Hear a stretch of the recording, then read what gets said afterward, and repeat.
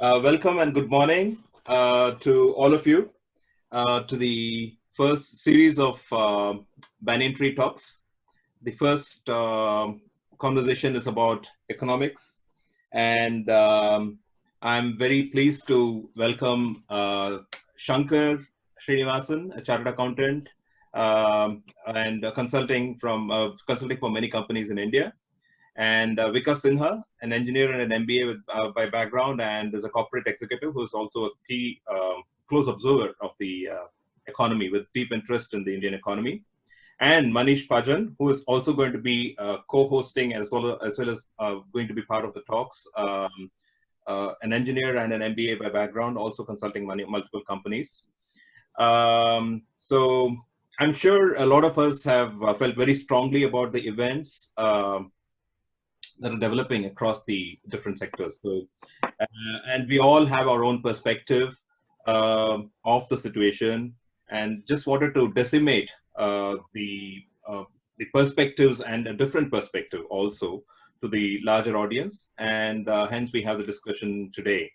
Let me then just hand it over to Manish to start off with the kick off the discussions and start off. Yeah, thanks, Anand. So very excited to be here with all of you, and hopefully the audience who will be viewing this will also take away some nuggets and insights from the discussion.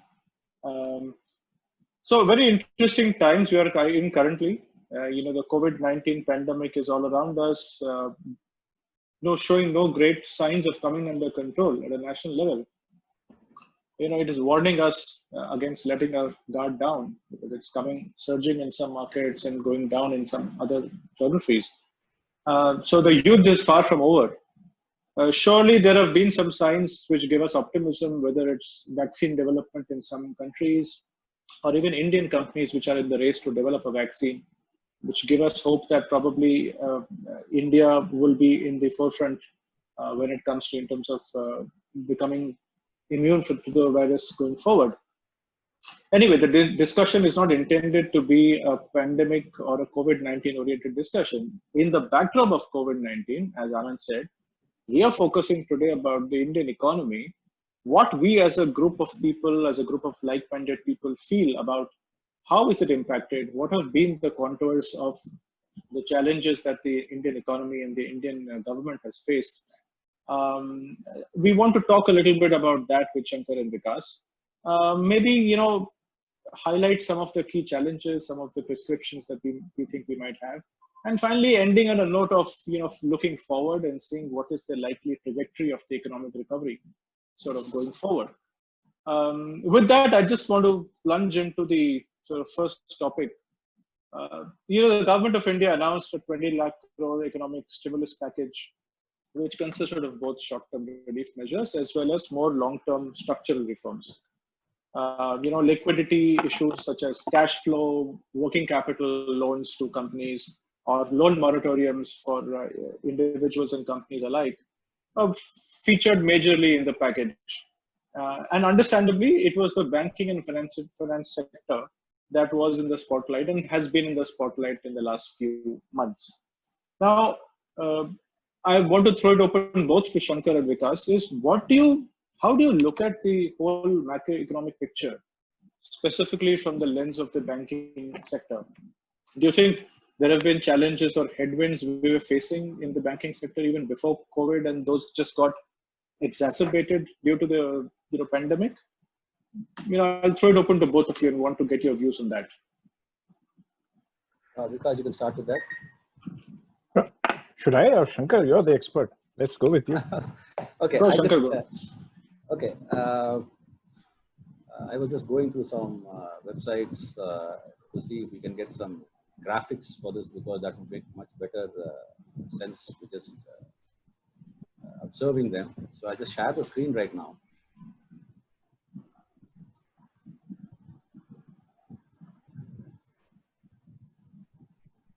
Okay, so you can see the screen? Yeah. Okay, so the first chart, and we're all talking about macroeconomics, be it global or national, because this points to a certain specific trend. So this will answer a lot of questions, whether there's a lot of stress prior to COVID and whether that has been Sure. magnified post-COVID, or a lot of stress has happened only after COVID. Sure. So when you look at the volume growth of world merchandise trade, you can just see out of the 17 to 20, the 12 quarters, or there's 9 quarters, 8, 13 quarters. Okay, so the 13 quarters, you can see 1, 2, 3, 4, 5, 6 where it was positive, and 7 where it is negative. And as they say, the peaks are lower and the bottoms are lower. So the trend is very obvious. It is not today. It has been there from Q1 2017. But there has been stress building up because volumes give the real picture anywhere on the planet. Values can hide many things. But when you look at the actual volume movement, then you know that we have already been in some trouble, and it is not even a 1 year or a few months trouble. This is for more than 3 years. The next chart, and this has come from the World Economic Outlook. So they are projecting the world output, that is the GDP growth, to contract by approximately 5% for the world in calendar year 2020. Just to have a small comparison, India was growing at approximately 6 or 5.5 in 2019, 2020, up to March 2020. So for India to remain at 0%, we need 2 things. We need our agriculture working at the same level at which it's working, and we need our manufacturing to work at 1/3 of its capacity, and services to be at 2/3. That will give us a 0% growth. So are we looking at a 0? I think we're looking at a minus, the way things are as of date. I mean, if you take April, May, June, July, for the whole year, we'll be lucky if we end up at 0 or a positive 0, but I think ultimately we're going to be a minus. So the second chart again is a very scary, but I think well in the ballpark chart, which tells us where the world is headed. India may be around -3, where they are saying emerging market. So we might be around -2, -3, but that's where we are going to be, or maybe worse if we don't control this virus. Now this is again a very interesting chart. We are looking at global leverage. So the problem started in the previous financial pandemic.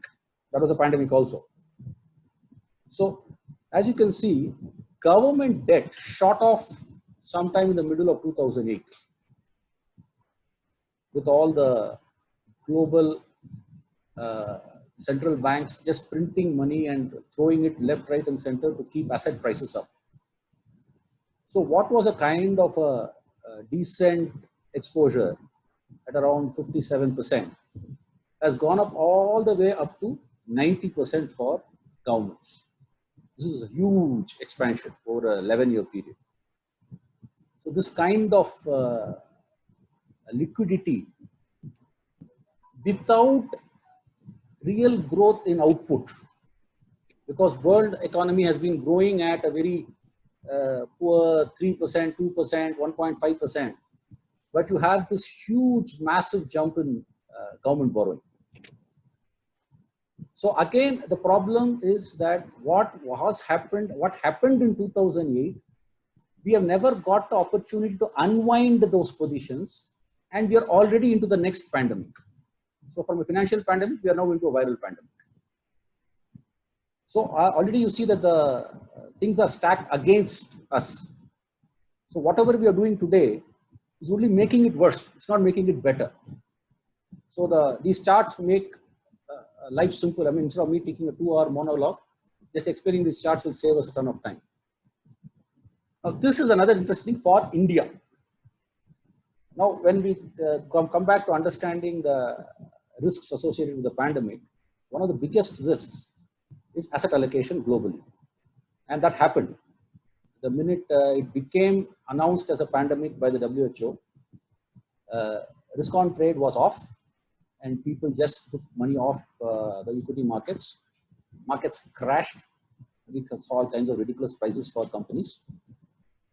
So what happens for countries like India, which traditionally are negative in the capital account and the current account in trading? So if you just see the cumulative data that's available in the government of India is from 2000, from the time they started formalizing FDI documentation and all that. So $610 billion. Okay, that's $610 billion, correct? Yeah. So $610 billion has come in that period, out of which 420 is FDI. The other 190 billion is NRI inflows. So technically we can say the 190 billion is not to be, it's not hot money.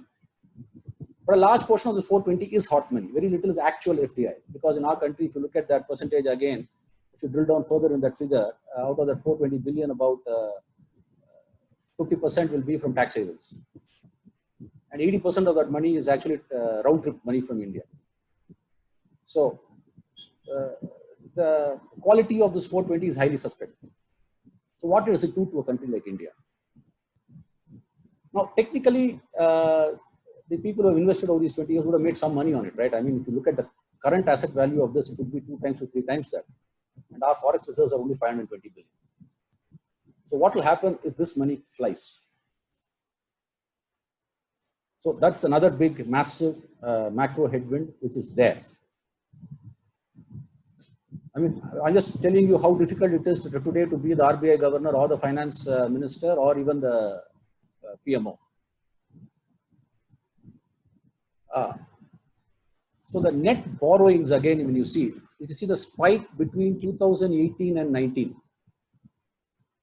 and 1920. So the amount raised by the center and states as a percentage of GDP, which was at approximately 4%, has already gone up to 4.8%. So this is huge in absolute terms. So we are talking as a percentage of GDP. And now the trend, which was down for the last 7 years, has changed. Whenever something like this happens, it's not a nice position for any economy, because that means the government is crowding out savings. And the other side, what has happened is, because the government has understood that there is no other kind of capital formation happening, that they are basically the only person where people are even willing to invest. So it's heads I win, tails I win. There's no losing for the government here. So they've also been cutting the interest rates. So from 8.75%, we are currently at about 5% or something. So the government is borrowing more at a much lower rate. So the people who are actually lending that money are also earning less, possibly 50% less. So this again creates another macroeconomic headwind on disposable income for me to spend. So consumption again gets hit. I'm telling you, it's not fun being a policymaker right now in any government. And this is across the world. I mean, I'm just giving you the Indian data, but across the world, same thing is being mirrored. Nothing is being changed. So I just wanted this information in the background so that we try to appreciate what governments are doing, because it's easy for a lot of people to just say that why not print money, why not do this, why not do that. So the first problem is we do not know the duration of this pandemic. If we could all have that in hindsight, then possibly we can all take a very strong decision saying, okay, it's this much of fiscal hit we will take. So what is the fiscal hit that is already happening? Because of the lockdown, the government's revenues crashed. I mean, if you look at tax and other revenue generated by the government, the first quarter will not show you any major dip. There may be a 16%, 20% cut. That's it, nothing much. But the subsequent quarters will show you the real cut. And that is why the government is also in a hurry to open up. And that is seen immediately in the higher infection numbers. So you're caught between the devil and the deep sea. So what can you do? So ultimately, what can you do? So the government came out, like you said, with a 20 lakh crore package with very limited fiscal hit. Most of it out of, let us say, out of the 20 lakh crores, about 4 lakh crores was on the fiscal side, and the rest were all just liquidity measures. What could the government have done better? They gave 3 month, 6 month timelines for moratoriums and basically relief. So the visibility for anybody was only 3 to 6 months. Here, the government may have missed a trick. They could have easily given a 1.5 to 2 year time frame. That allows a lot of people to plan a lot of things. So basically, this 3 to 6 months has been wasted in just stress by MSMEs and corporates and even households on how to balance their fiscal. They don't have the power of printing money, unfortunately. Which is why it's a bit surprising that the one person in the game who can print money is looking so short. I mean, 3 to 6 months just doesn't cut it.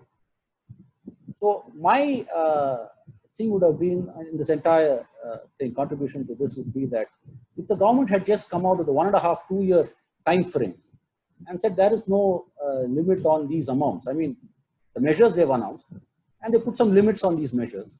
So if they had just set the measures and said there is no limit to these measures, and as long as certain criteria is met and there's an online portal for making you qualify for certain things, and if you're all assured of certain amount of leeway in meeting your debt obligations, then I think to a large extent, the corporate sector would have been confident in planning their costs, planning their production, and preparing for a restart, because you have to literally start from scratch now. I mean, brands have been beaten out. Brands which have been built over 50 years have been beaten out.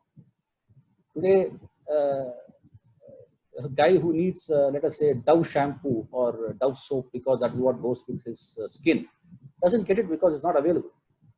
So he goes with some local. Then he finds that the local is not as bad as Dove. So maybe Dove was not also great all these years. Whatever be the story, that brand has been hit because the other guy has been forced into an alternative. So when the restart happens, how will the Dove now regain what he has lost? Because it's not only reach. Basically, they've all sold a story, a brand. That's now damaged. So like I said, for corporates, this is like reset to zero and restart. For the government, they could have done and they should have done with a much larger time frame in mind. In fact, jokingly, back in June, somebody asked me this. I said, this is technically a buy one, get one free year. The whole of 2021 just should be, consigned to the dustbins of history, and the entire compliance of that should be either merged with 21-22 or the 19-20 should have been extended to 2021. I mean, it doesn't matter either way. The whole year is a washout anyway. If that kind of a thing had actually happened, 80% of corporate stress would be out, because on one end you don't have the compliance, and the entire compliance calendar gets shifted by 1 full year, and your debt management is also taken care of for a 1.5, 2 year period. Everybody can manage everything. So, I mean, this is what I think the government missed a trick, but everything else is fine. I mean, their intention is to keep their powder dry, because if this extends for a longer period, they'll have more money and fiscal space to do what they want. Yeah, Vikas. Yeah, thanks, Shankar. Shankar has given a very expert view.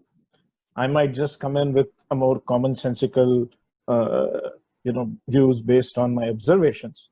So to start off from where what he talked about, first, this crisis has been building up for some time, as he said, starting with 2008, and we know that the crisis in the banking sector has been in the works for some time, largely because of companies and industry overextending their capacity just post the Lehman crisis. There was a huge binge of capacity expansion, sometimes not supported by demand on the ground, and that has led and to this financial crisis, and we are all grappling with that. In fact, from the sector that I come, auto industry, I think a lot of the slowdown in 2019 can be attributable to two factors. One is, of course, the BS6 transition, which was a regulatory transmission, and people were unsure of what to buy. But more importantly, a lot of players in the supply chain went out of business because they just didn't have the requisite funds available for managing their day-to-day business. The working capital was not available. You had the phenomenon of very strong dealers. Even Maruti dealers went bust last year. So this has been in the works for some time. The NPA crisis, and that and because of that, let me go back to what I am just this expression has been used, and I am using it a little differently. I would say there was a quadruple balance sheet problem in the Indian economy. What do I mean by quadruple? I think a triple balance sheet has been referred to by the ex-chief economic advisor, but I'm talking about a quadruple balance sheet problem. One, first, basically the government. We are all talking about how stressed the government's balance sheet has been, and if you include the state and the center's fiscal deficit, even before the crisis, we were not exactly in the pinkest of health. And that is what limits the kind of fiscal intervention the government can do. And one must appreciate that fact that there is a very tight balancing act with how much they can support. To this. So we are not a rich country. That's for sure. That is one thing we have to remember. Then we are talking about the financial sector, the banks, NBFCs, other financial institutions. Their balance sheets were even more stressed, compared to what was happening to the government, and for the reasons that we talked about. The third are the companies. A lot of the companies' balance sheets were very, very stretched. Again, they go hand in hand. A lot of them had taken loans, and that's the reason why the bankruptcy code was brought into the picture, so that there could be graceful exits to a lot of these companies who were which earlier was not there. And some of it was working, but as everything in India, it was working extremely slowly. And by the time the COVID crisis hit, we were somewhere in between. Not that great, not that bad as far as the bankruptcy was concerned, but the company's balance sheets were also hit. And the last is the household balance sheet. And the household balance sheet, given that fact that income levels have not increased a lot. If you look at even for the salaried people, the real wage expansion period was, say, between 2003 to 2010. After that, the 2010 onwards, the wage expansion has been less, and most of the wage expansion has been on the rural side. So the household balance sheets, and that was also, there was the issue of demonetization, which some of the households faced a problem. So the household balance sheet was also in a difficult situation. So the COVID crisis has exacerbated the balance sheet problem of all these entities, especially the households. I think household balance sheet has been the most hit. The government balance sheet will be the least hit, even though it is hit, but it will be it is the entity which can take in hits on its balance sheet more than anybody else. And that's the reason why we are all looking to the government that they will do, even though their sphere of action is also limited. So if you look at what the government has tried to do, is to help the household balance sheet first, especially among the poorest class. The first tranche that was announced in April, I think it was more to stave off hunger. The first tranche, I would say it was not even a stimulus. It was an anti-hunger package that was given in the, I think in sometime in April. And then the second, the second series of tranches, which Madam FM took those 5 or 6 press conferences she did, was really about survival of some of the smaller scale companies. A lot of it was driven around MSMEs, trying to help them, not with fiscal stimulus. Most of them were expecting support on labor costs, etc. What they got was some kind of concessional loans. So if you look at it, the government so far has tried to help only the households and the smaller companies in the midst.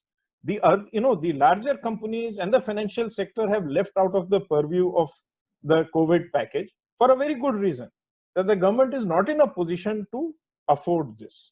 And that's the reason why, as Shankarji pointed out, the economic activity has to restart, because that's the only strength that we have. If the economic activity restarts, the whole machinery will start working, and then you will have money in the system, and that will help everybody recover. If there is no economic activity, the pain gets, we are not like an advanced economy country where the government can actually afford to help all kinds of people. Here, our governments can afford to help, you know they can only help small sections of the people, and the industry and banks will always be a little further down in the line, because there are lots of other people to be helped. So that is something that we have to keep as far as this COVID crisis is concerned. But coming back to the structural issues with the banking sector, I think uh, one bit we have to keep in mind is ours is a public sector dominated banking sector. I don't know how many countries who are democracies really have such a public sector dependent banking sector. And there are very good reasons for it. Like for a lot of time, the earlier days, private sector banking was quite risky from a small saver point of view. And that probably is the genesis of the problem. So there are, even in the banking sector, there are lots of pulls and pressures. As industry, we always complain our interest rates are high. But you talk to your own parents who are retired, they will tell you the interest rates have come down, and they are suffering a lot. So, there are, this pull and pressure is the other thing that is probably not, I would not use the word tearing apart of banking sector. I'm saying, this causing a lot of contradiction in the, on the one hand, we want lower interest rates so that our companies can function better, and we want high interest rates so that our parents have some income, because there is no other savings that they have. They are on PF.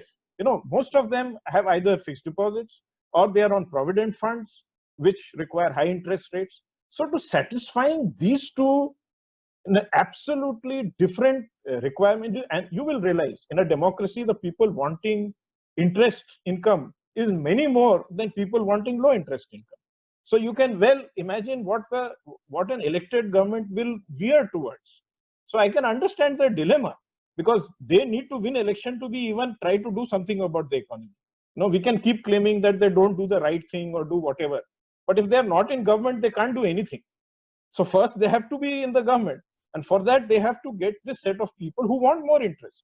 If you take a cross section of our people, a majority of people will want more interest. But that is something is one of the bigger, if you compare interest rates in India versus anywhere in the world, I think there's almost a 5% difference here, even on the minimum. Like even commercial papers in India are for 6%, I would think, while the equivalent in Europe would be 1 or 2% or whatever. So that itself is a huge structural issue for the industry to be competitive. So, these contradictions will continue, I think, uh, and